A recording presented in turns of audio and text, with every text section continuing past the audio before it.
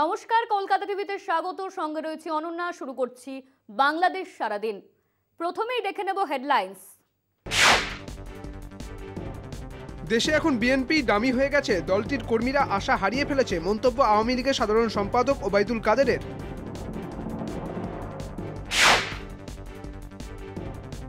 অর্থ পাচার রোধে কাস্টমস কর্মকর্তাদের আরও কঠোর হওয়ার নির্দেশ দিয়েছেন অর্থমন্ত্রী আব্দুল হাসান মাহমুদ আলী।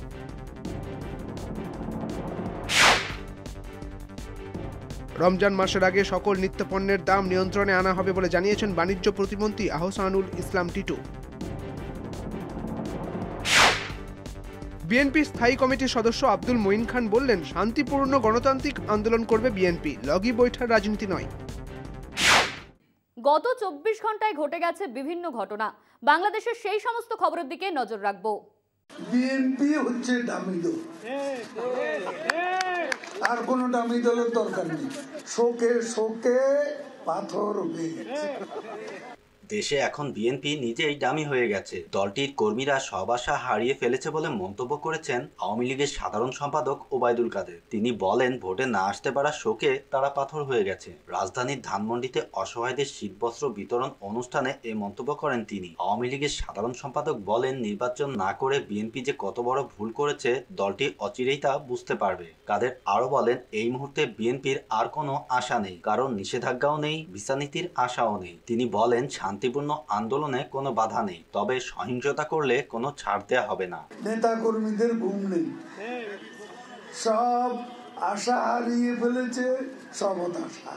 আন্দোলন হবে, জনতার ঢল নামবে, এসব শুনে ওবায়দুল কাদের আরো বলেন, তারা নিজেরাই নিজেদের ভুয়া বানিয়ে ফেলেছে। তারা যতই আন্দোলন করুক, জনগণ তো দূরে থাক, কর্মীরাও সাড়া দেবে না।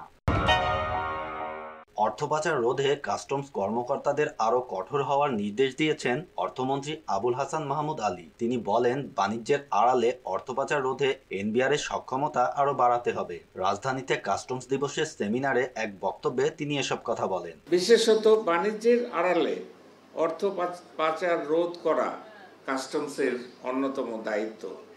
এই দায়িত্ব পালনে কাস্টমসের সক্ষমতা বাড়ানো খুবই জরুরি। আমি আশা করি কাস্টমস এই দিকটিতে বিশেষভাবে নজর দেবে।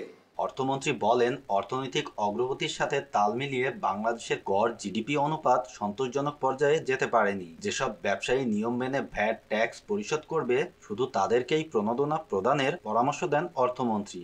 বাড়তি রাজস্ব আদায়ে আইনের প্রতি শ্রদ্ধাশীল ব্যবসায়ীদের প্রণোদনা দিতে হবে এবং অসৎ ব্যবসায়ীদের বিরুদ্ধে কঠোর ব্যবস্থা গ্রহণ করতে হবে। রাজস্ব বোর্ড চেয়ারম্যান বলেন, বিনিয়োগ বাড়ানো গেলে রাজস্ব আয় বাড়বে। তিনি বলেন, কম খরচে রাজস্ব আদায়ে প্রতিবেশী দেশগুলোর তুলনায় এগিয়ে রয়েছে বাংলাদেশ।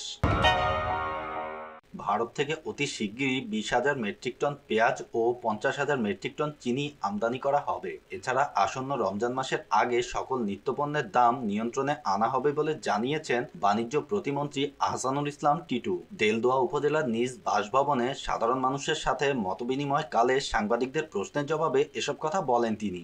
কেউ যেন মজুতদারি করে কৃত্রিম ভাবে বাজারের দাম বাড়ানোর না চেষ্টা করে এবং আমরা কঠোর থেকে কঠোর ব্যবস্থা নিব।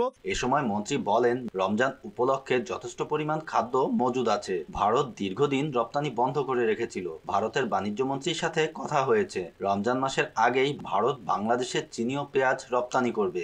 এছাড়াও ব্রাজিল ও বিভিন্ন দেশ থেকে চিনি সহ বিভিন্ন সামগ্রী আসছে বলে জানান তিনি। আওয়ামী লীগকে খোঁচা মেরে বিএনপির স্থায়ী কমিটির সদস্য ডাক্তার আব্দুল মঈন খান বলেছেন, শান্তিপূর্ণ গণতান্ত্রিক আন্দোলন করবে বিএনপি, লগি বৈঠার রাজনীতি নয়। বিএনপি শান্তির রাজনীতি করে। সাবেক রাষ্ট্রপতি ও বিএনপির প্রতিষ্ঠাতা জিয়াউর রহমানের জন্মবার্ষিকী উপলক্ষে রাজধানীতে শীতবস্ত্র বিতরণ অনুষ্ঠানে এসব কথা বলেন তিনি। আব্দুল মঈন খান বলেন, বিএনপি রাজপথে আছে, রাজপথে থাকবে। দেশে কোনো নির্বাচনই হয়নি, ফলে জনগণ তা বর্জন করেছে। এমনকি আওয়ামী লীগের ভোটাররাও নির্বাচনে যায়নি। এই সংসদ জনগণের সংসদ নয়। তিনি আরো বলেন, কালো পতাকা মিছিলের মাধ্যমে জনগণ রাজপথের সরকারকে প্রত্যাখ্যান করেছে। জনগণের ন্যায় এবং তাদের যে শক্তির রাজনীতি, সেই রাজনীতির কাছে আপনারা অচিরে পরাভূত হবেন।